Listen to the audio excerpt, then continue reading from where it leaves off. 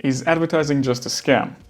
Well, the short answer is it depends. Very nice, right? So during my decade or so in advertising, I've heard all sorts of different accusations being thrown at the industry. It's just a manipulation to jack prices, we're better off with just the product facts and absolutely nothing more, and that will help us make the best decisions for ourselves, right? And I have to admit that some of these accusations kind of got me thinking, are we actually just tricking people, right? Like, are we doing something that is fundamentally wrong? And even though I am an advertiser, and that means that I've given up on morality a long time ago, I felt compelled to dig a little bit deeper and to do a bit of research and to even share my findings with you. So I suppose that the first step in determining whether advertising is nothing but some sort of a mind control machine is to understand the mind, right? More specifically, perhaps, how does our mind even interact with reality in the first place? So reality presents itself to us in this constant, non-stopping, chaotic flow of information, right? A bunch of light waves, sound waves, and other bits of input come smashing against our consciousness all the time. You can feel that anxiety already, right? So these infinite components that make up the objective reality around us, without any structure, without any logical way of understanding them, connecting them to one another, are not just useless, but are just utterly overwhelming. But then if this is the case, then how come we actually interact with reality instead of being in a constant state of shock?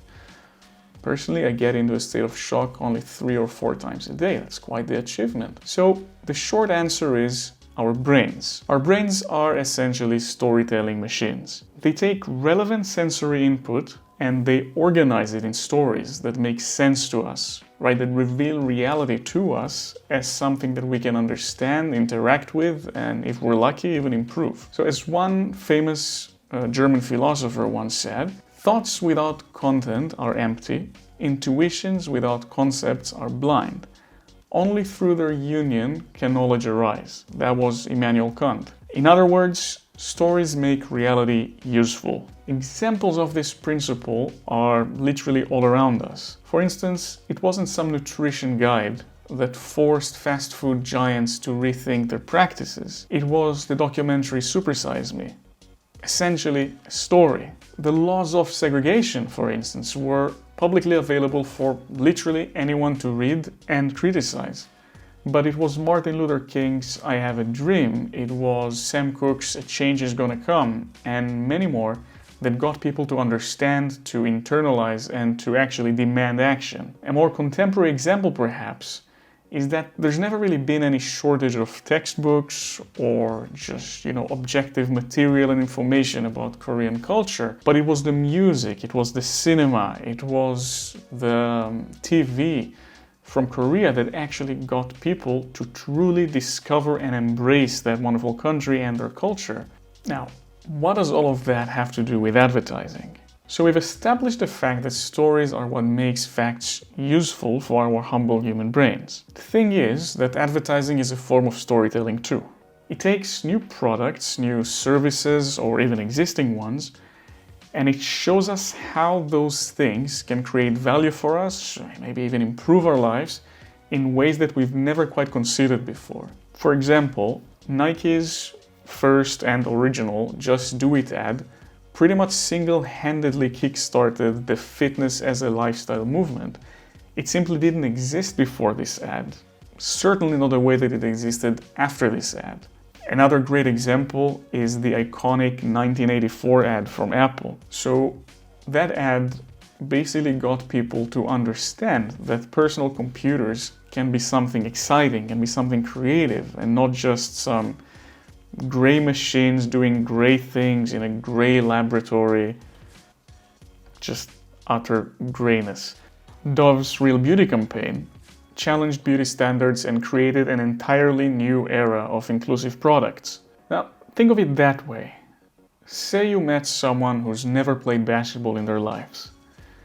They don't even know the game exists. The poor soul never even watched Michael Jordan's Space Jam, which is very tragic. If I gave that person a basketball, they would probably have all of the objective facts about that product right there in their hands, quite literally.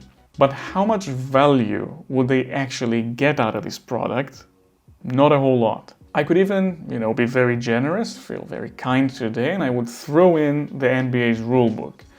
Still, it wouldn't make a big difference. But just one piece of content that channels the story, the myth, the unbelievably powerful thing that is actually basketball would entirely change how that person perceives the round and bouncy object that they're holding in their hands, how much value it creates to them. And that is precisely the power of good advertising.